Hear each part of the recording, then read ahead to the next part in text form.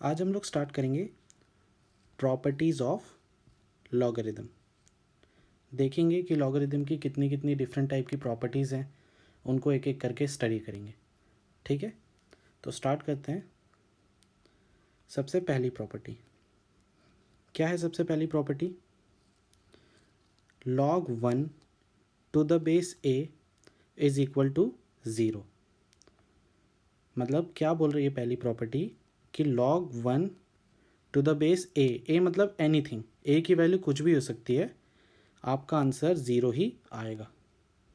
ठीक है, मतलब log 1 is 0 independent of the base. Base की वैल्यू कुछ भी हो, log 1 की वैल्यू 0 ही होगी।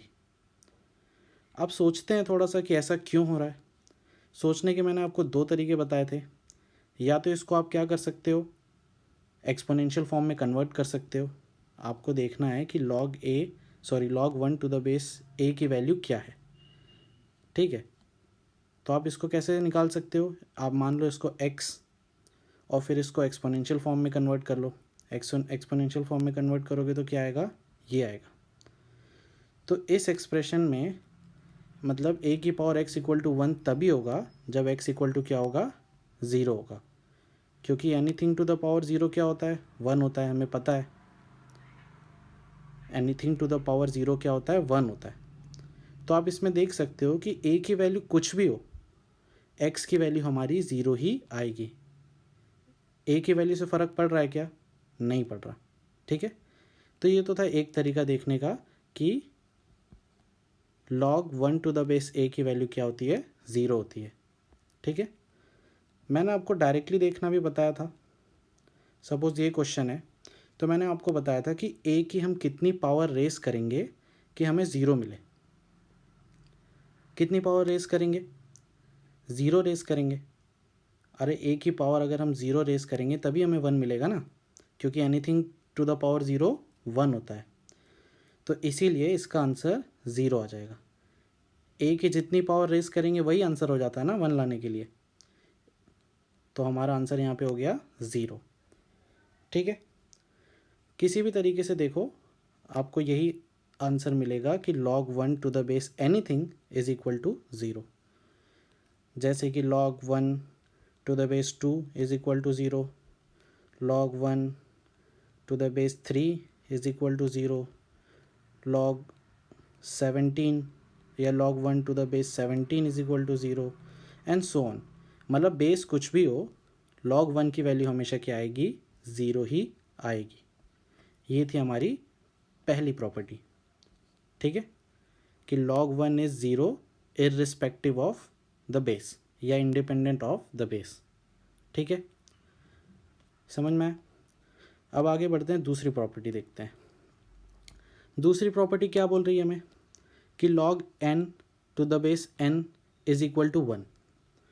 मतलब कि log यहाँ पे और यहाँ पे, मतलब आर्ग्यूमेंट में और बेस में अगर सेम नंबर होगा तो उसकी वैल्यू क्या आएगी?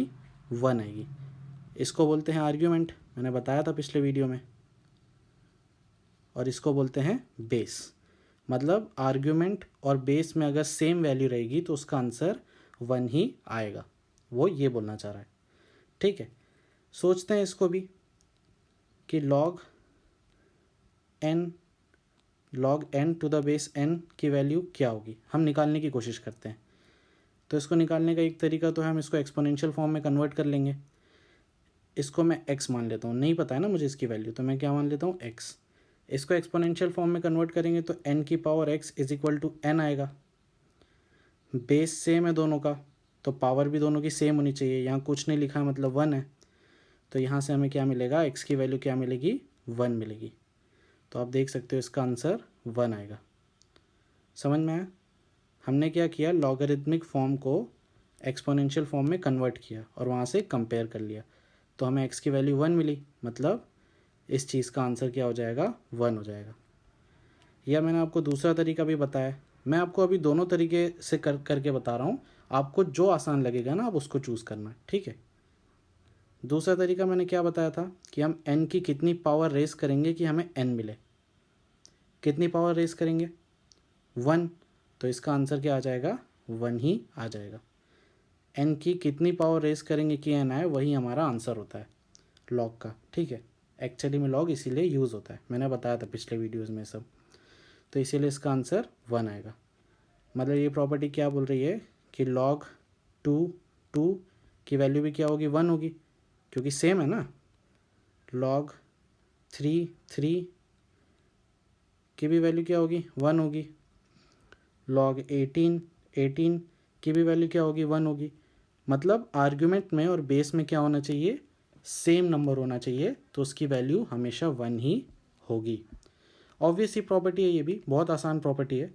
ठीक है, क्यों होगी हमने देखा इसीलिए, क्योंकि 18 की पावर आप 1 रेस करोगे तभी 18 आएगा, तो आंसर 1 आ रहा है इसीलिए। ठीक है, तो ये थी हमारी सेकेंड प्रॉपर्टी कि log anything to the base anything is 1। Anything मतलब सेम होनी चाहिए दोनों चीज़ बस, तो उसका आंसर हमेशा 1 ही आएगा। ये थी हमारी सेकेंड प्रॉपर्टी। ठीक है, थर्ड प्रॉपर्टी देखते हैं। थर्ड प्रॉपर्टी हमारी ये log n to the base 1/n is -1। और फोर्थ प्रॉपर्टी भी इससे मिलती जुलती है कि log 1/n to the base n is -1। अब ये थर्ड और फोर्थ प्रॉपर्टी में क्या बोल रहा है कि अगर आर्गुमेंट और बेस दोनों में रेसिप्रोकल रिलेशन होगा, तो इसका आंसर log का आंसर आएगा 1। रेसिप्रोकल रिलेशन मतलब अगर एक n है तो एक 1/n होगा, अगर एक p है तो एक 1/p होगा, अगर एक 1/n है तो दूसरा n होगा। यही होता है ना रेसिप्रोकल का मतलब। इन दोनों में क्या होना चाहिए, रेसिप्रोकल रिलेशन होना चाहिए। तो अगर आर्ग्यूमेंट और बेस में दोनों में रेसिप्रोकल रिलेशन होगा तो उसकी वैल्यू क्या होगी, -1 होगी। ठीक है, वो log की वैल्यू क्या होगी, -1 होगी। अब इस पर भी थोड़ा सोच लेते हैं कि ऐसा क्यों हो रहा है। ठीक है, दो तरीके हैं हमारे पास, इन दोनों प्रॉपर्टी लगभग सेम है। मैं कोई भी एक प्रूफ कर देता हूँ, हम थर्ड ही प्रूफ कर लेते हैं। ठीक है, जैसे log 1/n ये लिखा है, इसकी वैल्यू क्या है, सपोज हमें नहीं पता। ठीक है, तो इसकी वैल्यू हम x मान लेते हैं, फिर इसको हम क्या करते हैं, एक्सपोनेंशियल फॉर्म में कन्वर्ट करते हैं। एक्सपोनेंशियल फॉर्म में कन्वर्ट करेंगे तो 1/n to the power x equal to क्या हो जाएगा, n हो जाएगा। ठीक है, अब यहाँ से सिंप्लीफाई करेंगे तो 1/1 की पावर x n की power x equal to n, यही होगा ना। 1 की पावर x क्या होता है, 1 ही होता है। 1 की पावर कितनी भी हो 1 ही होगा ना, कितनी बार भी 1 को मल्टीप्लाई करो 1 ही आएगा। तो यहाँ से आंसर आ गया 1/n की power x is equal to n। अब यहाँ से ये अगर n की पावर x ऊपर जाएगा तो क्या हो जाएगा, -x हो जाएगा। देखो ऐसा ही होता है ना, 1 अगर n² लिखा होता तो हम उसको n की पावर -2 लिख सकते हैं।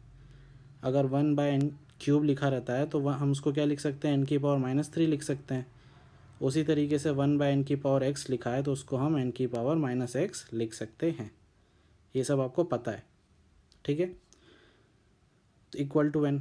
अब मैंने ऐसा क्यों किया, दोनों को कंपेयर करने के लिए किया, क्योंकि अब देखो अब यहाँ पे बेस सेम हो गया तो दोनों की पावर्स भी सेम होनी चाहिए। तो यहाँ पे पावर कुछ नहीं लिखा है मतलब 1 है। ठीक है, तो -x किसके बराबर होगा, 1 के बराबर होगा, तो x की वैल्यू क्या होगी, -1 होगी। तो यहाँ पे हमारा आंसर आ जाएगा -1 इसका। ठीक है, ये तो था पहला तरीका। अब दूसरा तरीका क्या है, हम डायरेक्टली देखने की कोशिश करते हैं कि हम 1/n का कितना पावर रेस करेंगे कि हमारा n आए। तो 1/n का अगर आप पावर -1 रेस करोगे ना तो वो आपको क्या देगा, n ही देगा। तो इसीलिए इसका आंसर -1 आता है। ठीक है, मैं दोनों तरीके बता रहा हूँ, मैं फिर बोल रहा हूँ ताकि आपको जो सूटेबल लगे ना उसको चूज़ करो। ठीक है, 1/n की हम कौन सी पावर रेस करेंगे कि n आए, -1 करेंगे, इसीलिए इसका आंसर -1 आ रहा है। ठीक है, और सेम इसी तरीके से आप प्रॉपर्टी फोर्थ भी देख सकते हो। चारों प्रॉपर्टी बहुत इजी है। ठीक है, बहुत ऑब्वियस प्रॉपर्टी है, बहुत ही ईजी प्रॉपर्टी है। तो आज हम लोग यहीं तक प्रॉपर्टी पढ़ेंगे, इनमें हमें डेरिवेशन का खास ज़रूरत नहीं पड़ा, ठीक है, क्योंकि ये आसानी से ही डिराइव हो गई थी। ठीक है, इसके बाद जो प्रॉपर्टीज़ है वो हम नेक्स्ट वीडियो में पढ़ेंगे। ठीक है, आज हम लोग इन प्रॉपर्टीज़ से, ये जो 4 प्रॉपर्टीज़ है इनसे रिलेटेड हम क्वेश्चंस कर लेते हैं, ताकि ये प्रॉपर्टी हमें अच्छे से याद हो जाए, हाथ हमारा पूरा बैठ जाए इन प्रॉपर्टीज़ पे। ठीक है, तो मैं कुछ क्वेश्चंस एग्जांपल्स करा देता हूँ ताकि आपको बहुत अच्छे से हाथ बैठ जाए इन सारी प्रॉपर्टीज़ पे। तो पहला क्वेश्चन है हमारा, log cos 60 to the base sin 30। ठीक है, अगर हम इसको फर्दर सिंप्लीफाई करेंगे तो log cos 60 की वैल्यू क्या होती है, 1/2, और sin 30 की वैल्यू भी क्या होती है, 1/2 ही होती है। ठीक है, तो आर्ग्यूमेंट और बेस की वैल्यू क्या आ रही है, सेम आ रही है, तो इसका आंसर क्या आएगा, 1। कौन सी प्रॉपर्टी, प्रॉपर्टी नंबर 2। देखा था ना हमने, log n to the base n क्या होता है, 1 होता है, देखा था, वही प्रॉपर्टी से मैंने इसका आंसर बोला कि इसका आंसर क्या आएगा, 1। इजी क्वेश्चन है, आगे बढ़ते हैं, देखते हैं सेकंड क्वेश्चन। सेकंड क्वेश्चन क्या बोल रहा है, log 1.3 bar to the base 4/3 की वैल्यू क्या होगी। ठीक है, तो देखो आप लोग ने पढ़ा ही हुआ है 8-9 क्लासेस में कि 1.3 बार की वैल्यू क्या होती है, 4/3 होती है। या कैसे निकालते हैं मैं बता देता हूँ एक बार, आपने ये सब पढ़ा ही हुआ है, कोई नई बात नहीं है। बार मतलब आपको पता है कि 3 कितने भी बार रिपीट होगा, इनफाइनाइट टाइम्स 3 को रिपीट करेंगे हम, उसको बोलते हैं बार। ठीक है, तो सपोज़ 1.3 बार है, उसको हम x मान लेते हैं, इसकी वैल्यू हमें नहीं पता है, इसकी वैल्यू हमें निकालनी है। अब 1.3 बार है तो इसको 3 बार ऐसा भी लिख सकते हैं, ना। अब हम क्या करेंगे, इस इक्वेशन को 10 से मल्टीप्लाई करेंगे। अगर 10 से मल्टीप्लाई करेंगे तो x को 10 से करेंगे तो 10x हो जाएगा, और इसको 10 से करेंगे तो एक 0 शिफ्ट हो जाएगा, बराबर। अब यहाँ पे भी जो ये 13.3 बार लिखा है, इसको हम 13.33 बार ऐसा लिख सकते हैं। ठीक है, अब ये जो इक्वेशन है और ये जो इक्वेशन है, ठीक है, इसको हम सब्ट्रैक्ट करेंगे, मतलब सब्ट्रैक्ट 1 फ्रॉम 2। ठीक है, मतलब 1 को 2 से सब्ट्रैक्ट करेंगे, तो 10x माइनस x क्या हो जाएगा, 9x, और 13.33 बार माइनस 1.33 बार क्या हो जाएगा, 12। तो यहाँ से आपका x का वैल्यू क्या आ जाएगा, 12/9, जो कि हो जाएगा 4/3। ठीक है, ये प्रोसीजर आपने किया हुआ है छोटी क्लास में, मैं बस आपको एक रिवाइज करा दिया। ठीक है, तो हमारे 1.3 बार की वैल्यू क्या आ रही है, 4/3 आ रही है। ठीक है, तो हमारा क्वेश्चन क्या था, log 1.3 bar to the base 4/3, तो उसको अब हम क्या लिख सकते हैं, log 4/3 टू द बेस 4/3, तो इसकी वैल्यू क्या हो जाएगी, 1। कौन सी प्रॉपर्टी से बताया हमने, सेम सेकेंड प्रॉपर्टी से, जो कि थी log n to the base n equal to 1। ठीक है, तो इसका भी आंसर आ गया हमारा 1। अब देखते हैं क्वेश्चन नंबर 3। क्वेश्चन नंबर 3 क्या है,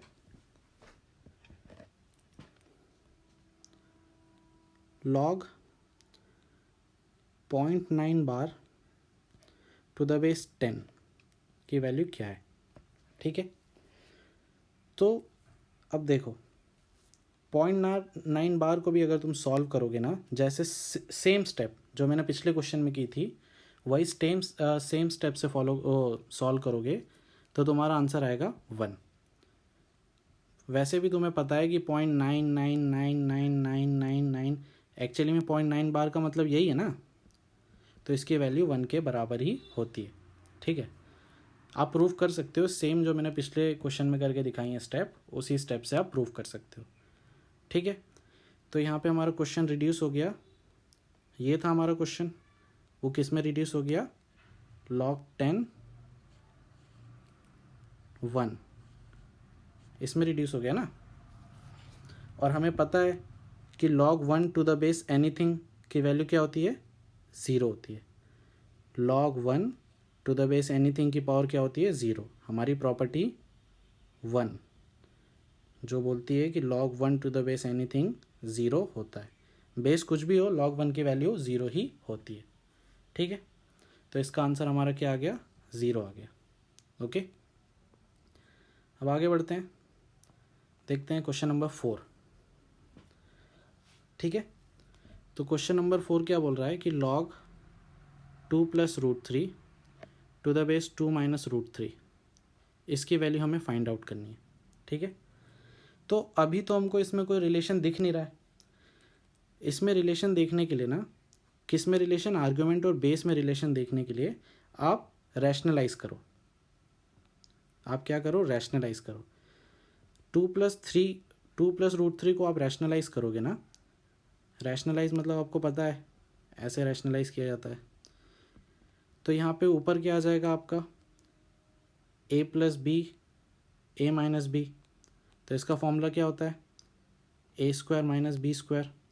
तो यहाँ से आ जाएगा आपका 2² - √3² डिवाइडेड बाय 2 - √3।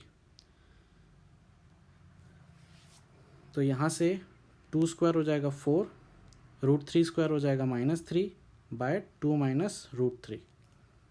ठीक है, यहाँ पे LHS में 2 + √3 था, तो 2 + √3 आपका किसके बराबर हो जाएगा, 1/2 - √3 के बराबर हो जाएगा।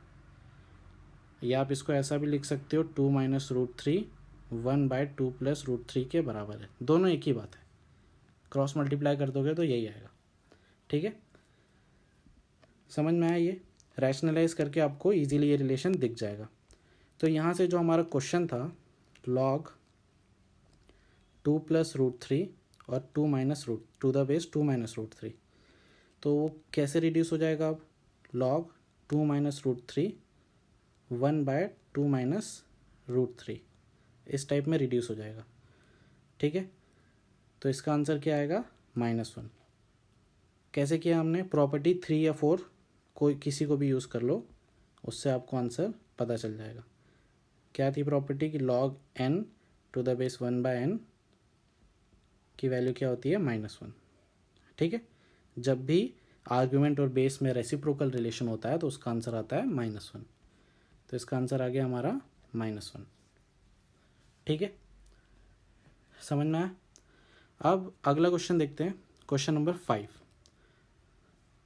क्वेश्चन नंबर 5 क्या है, log 5 base 5 √5 √5 √5 √5 √5 up to infinity. ठीक है, मतलब ऐसे ही कंटिन्यूसली चलता जाएगा। तो इसका आंसर क्या होगा। ठीक है, तो देखो सबसे पहले हम इस चीज़ को सॉल्व करते हैं, इस चीज़ को सिंप्लीफाई करते हैं। ये चीज़ हमें नहीं पता इसकी वैल्यू, तो मैं इसको क्या मान लेता हूँ, x मान लेता हूँ। ठीक है, एंड सो ऑन। ओके, मैंने x मान लिया इसको, तो x = क्या होगा, देखो ये जो चीज़ है ये इनफाइनाइट टाइम्स लिखी हुई है ना, तो ये जो चीज़ है हमारी, ये इतनी, इसको भी तो मैं x बोल सकता हूँ ना, क्योंकि वो भी इनफाइनाइट टाइम्स लिखी हुई है। इस टाइप के क्वेश्चन आपने किए हुए हैं। एक्चुअली में ये जो चीज़ है ये भी x ही है ना, क्योंकि x क्या है मेरा, √5 √5 √5 √5। तो ये जो मैंने ब्लू मतलब रीजन में जो मेरा चीज़ दिख रही है वो भी मेरी x ही होगी, क्योंकि वो भी इनफाइनाइट तक जा रही है, और इनफाइनाइट हमने देखा नहीं है, तो उसमें से एक नंबर कम करेंगे तो कोई फ़र्क पड़ेगा नहीं, तो उसको भी हम x लिख सकते हैं। तो अगर अब यहाँ से हम दोनों साइड स्क्वायर करेंगे तो ये हो जाएगा 5x। ठीक है, तो x² - 5x = 0। तो x कॉमन लेंगे तो x माइनस 5 इक्वल टू 0, तो यहाँ से आएगा x इक्वल टू 0 और x इक्वल टू 5। ठीक है, दो आंसर आ रहे हैं हमारे। तो हमारा क्वेश्चन क्या था, log 5, इस पूरी चीज़ को मैंने x माना था तो x, ये था क्वेश्चन। ठीक है, तो देखो आर्गुमेंट में x है और मैंने आपको बताया था पिछले वीडियो में लॉग डिफाइन कब होता है, जब आर्गुमेंट हमारा क्या होता है, आर्गुमेंट हमारा ग्रेटर देन 0 होगा, तभी मेरा लॉग डिफाइन होता है। बेस भी मेरा ग्रेटर देन 0 होना चाहिए, तो बेस ग्रेटर देन 0 है। ठीक है, और बेस 1 के बराबर नहीं होना चाहिए, तो ये सेकेंड और थर्ड कंडीशन तो सेटिस्फाई हो रही है। अगर मैं 0 रख दूंगा ना एक्स की जगह पे, तो मेरी फर्स्ट कंडीशन सेटिस्फाई नहीं होगी। या आप ऐसे देख लो कि अगर आप 0 रखोगे एक्स की जगह पे तो ऐसा एक्सप्रेशन आ जाएगा, और आर्ग्यूमेंट आपका ग्रेटर देन 0 नहीं है ना, पॉजिटिव होना चाहिए, 0 से बड़ा होना चाहिए। तो ये 0 से बड़ा है क्या, नहीं, तो इसीलिए ये तो चीज़ क्या हो जाएगी, नॉट डिफाइंड। या आप ऐसे बोल लो कि x की जगह पे हम 0 नहीं रख सकते। ठीक है, सेकेंड हमारे x की वैल्यू क्या है, 5, तो x की जगह पे अगर 5 रखेंगे तो इसका आंसर क्या आएगा, 1। प्रॉपर्टी 2 से अगर आर्ग्यूमेंट और बेस सेम होते हैं तो उसका आंसर होता है 1। तो यहाँ पे आर्ग्यूमेंट और बेस सेम है तो उसका आंसर क्या आ जाएगा, 1 आ जाएगा। समझ में आया? तो ये कुछ 4 प्रॉपर्टीज़ थी जो हमने आज पढ़ी। इसके आगे की जो प्रॉपर्टीज़ है वो हम नेक्स्ट वीडियो में पढ़ेंगे। ठीक है, आज के लिए इतना ही।